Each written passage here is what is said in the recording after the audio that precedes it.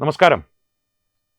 American രാഷ്ട്രപതി Trump ഇപ്പോൾ അവകാശവാദങ്ങൾ ഇങ്ങനെ വീണ്ടും കെട്ടഴിച്ചു വിട്ടുകൊണ്ടിരിക്കുകയാണ്. അവകാശവാദങ്ങളുടെ ഭാണ്ഡക്കെട്ട് തന്നെ അദ്ദേഹം അഴിച്ചു വിട്ടുകൊണ്ടിരിക്കുകയാണ്. അപ്പോൾ അദ്ദേഹത്തിൻ്റെ പുതിയ അവകാശവാദം എന്ന് പറയുന്നത് യുദ്ധം നിർത്താനൊക്കെ ഇറാൻ സമ്മതിച്ചു കഴിഞ്ഞു. ഇനി അവർ ആണവ സമ്പുഷ്ടീകരണം അവിടെ നടത്തില്ല, യുറേനിയം സൂക്ഷിക്കില്ല എന്നൊക്കെ അവർ എന്നെ വിളിച്ച് വാക്ക് പറഞ്ഞു. അവരെന്നെ ഇറാൻ്റെ ഉന്നത ഉദ്യോഗസ്ഥനുമായി സംസാരിച്ചു. ഇത്തരത്തിലുള്ള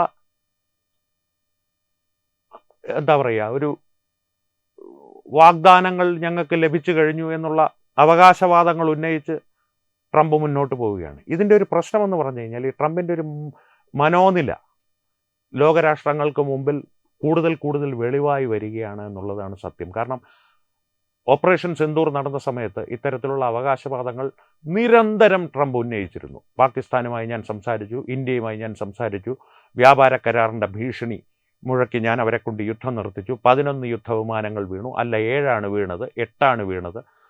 ഇത്തരത്തിലുള്ള അവകാശവാദങ്ങൾ മാറി പറഞ്ഞ് ഈ യുദ്ധം നിർത്തിയതിൻ്റെ ഒരു ക്രെഡിറ്റ് ഏറ്റെടുക്കുവാനുള്ള ഒരു സകല ശ്രമവും, അത്തരത്തിലെങ്കിലും ആരെങ്കിലും എനിക്കൊരു നോബൽ സമ്മാനം തരൂ എന്നുള്ള രീതിയിൽ ട്രംപ് പെരുമാറിയിരുന്നു. ഈ അവകാശവാദങ്ങളുടെ കെട്ടഴിച്ചു വിട്ടിട്ടുള്ള ക്രെഡിറ്റ് എടുക്കുവാനുള്ള ഒരു വൃഥാശ്രമങ്ങൾ ട്രംപ് അന്ന് നടത്തിയപ്പോൾ ഭാരതം മാത്രമേ ഉള്ളൂ. ഇത്തരത്തിലുള്ള യാതൊരു ഫോൺ കോളുകളും അമേരിക്കൻ പ്രസിഡൻറ്റും ഭാരതത്തിൻ്റെ പ്രധാനമന്ത്രിയുമായി നടന്നിട്ടില്ല. ഇത് വെറുതെ പറയുന്നതാണ്, അതിൽ യാതൊരു സത്യാവസ്ഥയും ഇല്ല എന്ന് തുറന്നു പറഞ്ഞത്. അതിൽ ട്രംപിന് അമർഷമുണ്ടായിരുന്നു. അതുകൊണ്ട് തന്നെ ഇത്തരത്തിലുള്ള അവകാശവാദങ്ങൾ അദ്ദേഹം കൂടുതൽ ശക്തവും കൂടുതൽ ഒരു കാർട്ടൂൺ കഥാപാത്രത്തിൻ്റെ തരത്തിലൊരു വിഭ്രമജനകമായിട്ടുള്ള ഒരു മനസ്സിന് മാത്രം സൃഷ്ടിക്കാൻ കഴിയുന്ന തലത്തിലേക്കുള്ള കഥകളുമായി വളർത്തിയെടുത്തു. കാരണം എന്ന് വെച്ച് കഴിഞ്ഞാൽ ആദ്യം പറഞ്ഞത് 7 വിമാനങ്ങൾ ഈ യുദ്ധത്തിൽ തകർന്നു വീണു എന്നാണ്. അത് 8, 9, 10, 11 അവസാനം വന്നപ്പോൾ ഏതോർണത്തിൽ 13 എന്ന് അദ്ദേഹം പറഞ്ഞു എന്നാണ് എൻ്റെ ഒരു ഓർമ്മ. 11 വരെ അദ്ദേഹം എന്തായാലും കൃത്യമായി പറഞ്ഞിട്ടുണ്ട്. 13 പറഞ്ഞിട്ടുണ്ടോ എന്ന് കൃത്യമായിട്ട് ഓർമ്മയില്ല. 13 സബ്ജക്റ്റ് ടു കറക്ഷൻ. അപ്പോൾ ഇത്തരത്തിലുള്ള അവകാശവാദങ്ങൾ ഇപ്പോൾ ഇറാനുമേൽ ഇസ്രായേലും അമേരിക്കയും സംയുക്തമായി നടത്തുന്ന ആക്രമണങ്ങളുടെ കാര്യത്തിലും ഇതിനെ ഒരു യുദ്ധമെന്ന് വിളിക്കാൻ സാധിക്കില്ല. കാരണം ഇറാനുമേൽ ഇസ്രായേലും അമേരിക്കയും ഇസ്രായേൽ അവരുടെ നിലനിൽപ്പിനായും അമേരിക്ക അവരുടെ സ്വാർത്ഥ ലാഭത്തിനായും ആക്രമണങ്ങൾ നടത്തുന്നു. ഇസ്രായേൽ ചെയ്യുന്നതിൽ വലിയ തെറ്റൊന്നുമുണ്ട് എന്നെനിക്ക് തോന്നുന്നില്ല. അതെൻ്റെ വ്യക്തിപരമായ അഭിപ്രായം. അമേരിക്ക ഇതിൽ അവരുടെ സ്വാർത്ഥ ലാഭങ്ങൾ എന്തെങ്കിലും നടന്നേക്കുമെന്നുള്ള തരത്തിൽ, പിന്നെ മാത്രമല്ല ഇസ്രായേൽ അവരുടെ ഒരു എല്ലാ കാലത്തുമുള്ള എല്ലാ കാലാവസ്ഥയിലെയും സുഹൃത്താണ്. കാരണം ഓൾ വെതർ ഫ്രണ്ട് എന്ന് പറയും, അത്തരത്തിലുള്ളൊരു സുഹൃത്താണ് ഇസ്രായേൽ. അതുകൊണ്ട് തന്നെ അമേരിക്ക ഇസ്രായേലിൻ്റെ ഒപ്പം നിൽക്കുന്നു. അവർ നടത്തുന്ന ആക്രമണങ്ങളിൽ കൈകാലിട്ടടിച്ച് ഇറാൻ എന്തൊക്കെയോ കാട്ടിക്കൂട്ടി ഹോർമൂസ് കടലിടുക്ക് അടയ്ക്കുമെന്ന് ഭീഷണിപ്പെടുത്തുന്നു. 18 കോടി രൂപ തന്നാലേ കപ്പൽ വിടുകയുള്ളൂ എന്ന് പറയുന്നു. കപ്പലുകൾ അവിടുന്ന് കടത്തിവിടുകയുള്ളൂ എന്ന് പറയുന്നു. മറ്റ് രാജ്യങ്ങളെ ആക്രമിക്കുന്നു, ഗൾഫ് രാജ്യങ്ങളെ ആക്രമിക്കുന്നു. അവരെല്ലാം ശത്രുക്കളാക്കി. സൗദി ഉൾപ്പെടെയുള്ളവർ ഇറാനെ പൂർണ്ണമായി തകർക്കുവാൻ അമേരിക്കയെ നിർബന്ധിക്കുന്ന തരത്തിലേക്ക് കാര്യങ്ങൾ നീങ്ങുന്നു. ഇത്തരത്തിലുള്ളൊരു ഗുരുതരമായ സാഹചര്യം ഗൾഫിൽ നിലനിൽക്കുമ്പോൾ ഓരോ ദിവസവും ബില്യൺ കണക്കിന് ഡോളറുകൾ ചിലവാക്കിയുള്ള ഈ യുദ്ധം എന്തിന് എന്നുള്ള ചോദ്യം അമേരിക്കയുടെ ആന്തരിക വ്യവസ്ഥയിൽ ഉയർന്നു തുടങ്ങി. അതും ഡൊണാൾഡ് ട്രംപിൻ്റെ സ്വന്തം പാർട്ടിയായ റിപ്പബ്ലിക് പാർട്ടിക്കുള്ളിൽ തന്നെ അത് ഉയർന്നു തുടങ്ങി. അതിനിടയിലാണ് നരേന്ദ്രമോദിയെ വിളിച്ചതിന് മധ്യസ്ഥം വഹിക്കുവാനായി ട്രംപ് ആവശ്യപ്പെടുന്നു. JD വാൻസ് ആണെങ്കിൽ പാകിസ്ഥാനെ ഞങ്ങളില്ലെങ്കിൽ, മോദി ഇടപെട്ടില്ലെങ്കിൽ ഞങ്ങൾ പാകിസ്ഥാനെ വിളിക്കുമെന്നുള്ള ഒരു ഭീഷണിയുടെ ഒരു നാടകം കളിക്കുവാൻ വേണ്ടി പാകിസ്ഥാനിൽ വെച്ച് ചർച്ച നടത്തും. ഭാരതമാണെങ്കിൽ നമ്മുടെ മിഥുന സിനിമയിൽ കൂടോത്രം കണ്ടുപിടിക്കാൻ പോകുമ്പോൾ ഇന്നസെൻ്റ് നിൽക്കുന്നത് പോലെ കൈയൊക്കെ കെട്ടി ഇങ്ങനെ ഒരു നിപ്പാണ്. ആ ഒരു തരത്തിലാണ്, നിങ്ങൾ എന്തെങ്കിലും കാണിക്കും, ഞങ്ങളുടെ തീരുമാനം ഞങ്ങൾ അറിയിക്കാമെന്നുള്ള തരത്തിൽ നരേന്ദ്രമോദി കൃത്യമായ സമയത്ത് പ്രഖ്യാപനങ്ങൾ നടത്തുന്നുണ്ട്, അല്ലെങ്കിൽ കൃത്യമായ നീക്കങ്ങൾ നടത്തുന്നുണ്ട് എന്നാണ് ജിയോ പൊളിറ്റിക്സ് എക്സ്പേർട്സ് പറയുന്നത്. അപ്പോൾ അത്തരത്തിലുള്ള കാര്യം അത് നിങ്ങൾ സമ്മതിച്ചാലും ഇല്ലെങ്കിലും അത് സത്യം തന്നെയാണ്. കാരണം ഈ ഒരു സാഹചര്യം അദ്ദേഹം കൈകാര്യം ചെയ്ത രീതി വളരെ വ്യത്യസ്തമായിരുന്നു, വളരെ പ്രശംസനീയവുമായിരുന്നു. എതിരാളികൾ സമ്മതിച്ചില്ലെങ്കിൽ പോലും. ട്രംപിലേക്ക് തിരിച്ചു വന്നു കഴിഞ്ഞാൽ ഈ അവകാശവാദങ്ങളുടെ കെട്ടഴിച്ച് വീണ്ടും ട്രംപ് നിറഞ്ഞാടുകയാണ്. കാരണം ഇറാൻ യുദ്ധം അവസാനിച്ച് കഴിഞ്ഞല്ലോ, ഇറാൻ സമ്മതിച്ചു കഴിഞ്ഞല്ലോ. ഇറാൻ എന്നെ വിളിച്ചിരുന്നു, ആയത്തുള്ള ഖംനേയി എന്നെ വിളിച്ചിരുന്നു. എവിടുന്ന്? സ്വർഗത്തിൽ നിന്ന്. ഇത് അദ്ദേഹം പറഞ്ഞല്ല, ഞാൻ തമാശയായിട്ട് പറഞ്ഞാണ്. ഇറാനിലെ ഒരു ഉന്നത ഉദ്യോഗസ്ഥനുമായി സംസാരിച്ചു.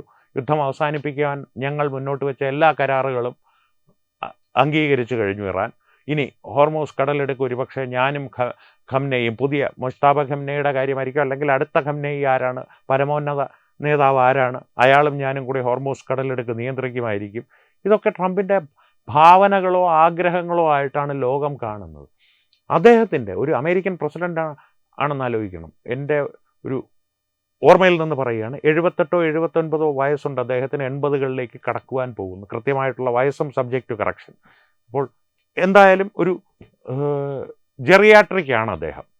ഒക്ടോജനേറിയൻ എന്ന് പറയും. കാരണം 80കൾ കഴിഞ്ഞ ഒരാളെ ഒക്ടോജനേറിയൻ എന്ന് പറയും. ഒക്ടോജനേറിയൻ ആവാൻ പോകുന്ന ഒരു വ്യക്തി, അദ്ദേഹത്തിൻ്റെ മനോനിലയെ സംബന്ധിച്ച് ലോകത്തിന് സംശയം ഉണ്ടാകുന്ന രീതിയിലാണ് ഇപ്പോൾ പെരുമാറിക്കൊണ്ടിരിക്കുന്നത്. ആ പെരുമാറ്റം ഒരു അമേരിക്കൻ പ്രസിഡന്റിനെ അമേരിക്ക തന്നെ പലപ്പോഴും വിശേഷിപ്പിക്കുന്നത് leader of the free world എന്നാണ്. അതായത് സ്വതന്ത്ര ലോകത്തിൻ്റെ തലവൻ.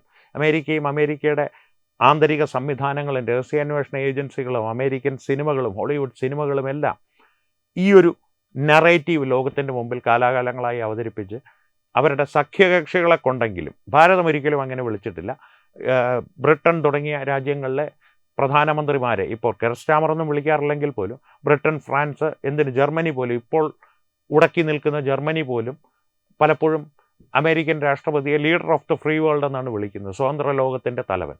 അത്തരത്തിലുള്ളൊരു തലവൻ ആണെന്ന് സ്വയം അവകാശപ്പെടുന്ന ഒരു സ്ഥാനത്തിരുന്നാണ് ട്രംപ് ഇത്തരത്തിലുള്ള അവകാശവാദങ്ങൾ പറയുന്നത്. പക്ഷേ ഭാരതം പാകിസ്ഥാന് മേൽ നടത്തിയ ആക്രമണത്തിൻ്റെ ഒരു ക്രെഡിറ്റ് ഏറ്റെടുക്കുവാനുള്ള ശ്രമം, അത് നിർത്തിച്ചതിൻ്റെ ക്രെഡിറ്റ്, ഭാരതം സ്വേച്ഛയാൽ ആക്രമണം നടത്തി, സ്വേച്ഛയാൽ ആക്രമണം നിർത്തി, ഇതിൽ മറ്റൊരാൾക്കും പങ്കില്ല എന്നുള്ള ഒരു സത്യാവസ്ഥ മറച്ചുവെച്ച് ഇതിനെല്ലാം കാരണക്കാരൻ ഞാനാണ്, സാർവഭൗമനായ ഞാനാണ് ഇതിനെല്ലാം കാരണക്കാരൻ എന്നുള്ള തരത്തിൽ ഒരു ക്രെഡിറ്റ് ഉണ്ടാക്കി തരൂ, അല്ലെങ്കിൽ ആരെങ്കിലും എന്നെ ഒന്ന് അംഗീകരിക്കൂ പ്ലീസ് എന്നുള്ള തരത്തിൽ മുന്നോട്ട് പോയ ട്രംപിൻ്റെ അവകാശവാദങ്ങളുടെ പൊള്ളത്തരം ഇപ്പോൾ ലോകം കൂടുതൽ മനസ്സിലാക്കിക്കൊണ്ടിരിക്കുകയാണ്. ഈ ഇറാനുമായി ഇസ്രായേലിനോട് ചേർന്ന് അമേരിക്ക നടത്തുന്ന യുദ്ധത്തിലൂടെ അതിൻ്റെ ആ പര്യവസാനം എങ്ങനെയെങ്കിലും ഉണ്ടാക്കണമെന്നുള്ള ഒരു ഡെസ്പിറേഷൻ എന്ന് പറയും, ഒരു വല്ലാത്തൊരവസ്ഥയിലാണ് ട്രംപ് ഇപ്പോൾ. ഈ desperate situation needs desperate measures എന്ന് പറയും.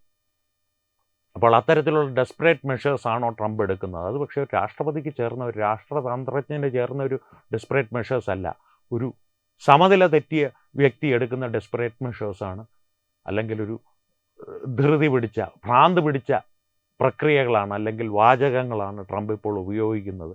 ഇതൊന്നും പ്രവർത്തികളിൽ വരുന്നില്ല.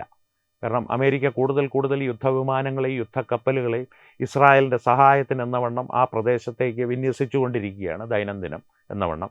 ഖാർഗ് ദ്വീപ് ഒരുപക്ഷെ പിടിച്ചെടുത്തേക്കുമെന്നുള്ളൊരു അഭ്യൂഹം നിലനിൽക്കുന്നുണ്ട്. സൗദി ആണെങ്കിൽ ഇറാനെ എന്തായാലും ഇനി തുടങ്ങിയ സ്ഥിതിക്ക് പൂർണ്ണമായും നശിപ്പിച്ചിട്ട് നിർത്തിയാൽ മതി എന്നുള്ളൊരു മനോഭാവത്തിലേക്ക് സൗദി മാറിക്കൊണ്ടിരിക്കുന്നു. UAE നേരത്തെ അങ്ങനെ ഉള്ളൊരു മനോഭാവത്തിലേക്ക് തന്നെയാണ്. ഖത്തർ ഇപ്പോഴും ചാഞ്ചാടി നിൽക്കുകയാണ്. അവസരവാദിയായിട്ട് ഇതിൻ്റെ ഇടയിൽ നിന്ന് ചോര കുടിക്കാൻ നിൽക്കുന്നൊരു ചെന്നായി മാത്രമാണ് ഖത്തർ. എന്നാൽ ബലം ഏത് ഭാഗത്താണെന്ന് അവർക്ക് വ്യക്തമായിട്ടറിയാം. അമേരിക്കയും ഇസ്രായേലും എന്ത് തീരുമാനം ശക്തമായിട്ടെടുത്താലും ഖത്തർ അൽ ജസീറയിലൂടെ കണ്ണീരൊഴുക്കുമെങ്കിലും ഖത്തറിൻ്റെ ഭരണാധികാരികൾ ആത്യന്തികമായി ഇവരുടെ ഒപ്പമേ നിൽക്കുകയുള്ളൂ, അതിനെ അവർക്ക് കഴിയുകയുള്ളൂ. അല്ലാതെ ഖത്തറിന് ഇറാനെ രക്ഷിച്ച് ലോകം മുഴുവൻ ഇസ്ലാമിൻ്റെ മുല്ലപ്പൂ വിപ്ലവം കൊണ്ടുവന്ന് കളയാമെന്നുള്ള യാതൊരു അബദ്ധധാരണയും ഖത്തറിനില്ല. അപ്പോൾ അതുകൊണ്ട് തന്നെ ഇത്തരത്തിലൊരു സാഹചര്യം നിലനിൽക്കുമ്പോൾ അമേരിക്കൻ രാഷ്ട്രപതിയുടെ ഒരു മനോനിലയെ സംബന്ധിച്ചുള്ള സംശയം ലോകത്തിൽ ഉയരുന്നത് അപകടകരമായിട്ടുള്ള ഒരു സാഹചര്യത്തിലേക്കാണ് ഗൾഫ് മേഖലയെ തള്ളിവിടുന്നത്. അത് ഭാരതത്തെയും ബാധിക്കുന്ന ഒരു സാഹചര്യമായതുകൊണ്ട് ഈ ഒരു വിഷയം നിങ്ങളുടെ മുമ്പിൽ അവതരിപ്പിക്കണമെന്ന് തോന്നി. ഒപ്പം ഈ ട്രംപിൻ്റെ അവകാശവാദങ്ങൾ ഉയർത്തിപ്പിടിച്ച് നമ്മുടെ നാട്ടിൽ ആനമയിലൊട്ടകവുമായി തെരുവിലിറങ്ങുന്ന കുറേ പപ്പുമാരുണ്ട്. അവരുടെ അവകാശവാദങ്ങൾ വിശ്വസിക്കുന്ന കുറച്ച് പേരെങ്കിലും നമ്മുടെ പ്രേക്ഷകരുടെ ഇടയിലുണ്ടെങ്കിൽ അവരുടെ മുമ്പിലും ഈ സത്യാവസ്ഥയൊന്ന് അവതരിപ്പിക്കണമെന്ന് തോന്നി. അതുകൊണ്ട് മാത്രമാണ് ഇത്രയും നീട്ടിപ്പരത്തി ഈ ഒരു കാര്യങ്ങൾ നിങ്ങളുടെ മുമ്പിൽ അവതരിപ്പിച്ചത്. എന്തായാലും നിങ്ങളുടെ അഭിപ്രായങ്ങൾ കമൻറ്റുകളിലൂടെ അറിയിക്കുക. വീണ്ടും കാണാം. നന്ദി, നമസ്കാരം. HIV അണുബാധ സന്തോഷപൂർണമായ ഒരു ജീവിതത്തിന് തടസ്സമല്ല. HIV അണുബാധയ്ക്ക് ഫലപ്രദമായ ചികിത്സ ഇന്ന് ലഭ്യമാണ്. ഇതിന് യഥാസമയം അണുബാധ കണ്ടെത്തുന്നതും കാലേക്കൂട്ടി ചികിത്സ നടത്തേണ്ടതും അത്യാവശ്യമാണ്. സൗജന്യമായ ചികിത്സയും മാർഗനിർദ്ദേശങ്ങളും സർക്കാർ ആശുപത്രികളിലെ ART അഥവാ ഉഷസ് കേന്ദ്രങ്ങളിൽ ലഭ്യമാണ്. ആരോഗ്യ സംരക്ഷണം ഓരോരുത്തരുടെയും ഉത്തരവാദിത്തമാണ്.